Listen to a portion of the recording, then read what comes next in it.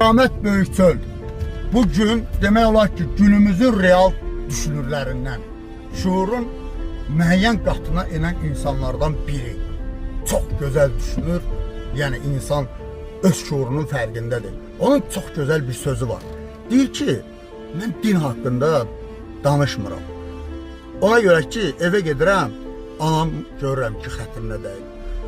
Çox gözəl cümlədir, əhsən ona. Doğrudan da din elə bir mövzudur ki, inan bizim analarımızın, bibilərimizin, xalalarımızın, yaşlı insanların qəlbində olan bir duyğudur.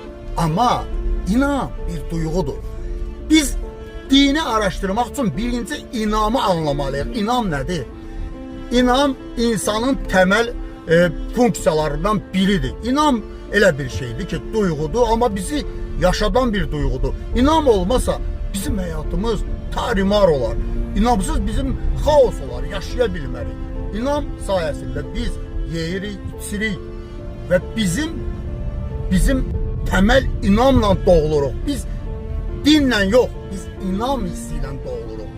Və bizim o inam hissi olan yer ki var, o duyğuların çox boşluğa, məhz dini ora yerləşdiriblər və bizi yaşadırlar. Amma din yox, inamla doğuluruq. Biz inamla və bizim ilk inancımız bilirsiniz nədir?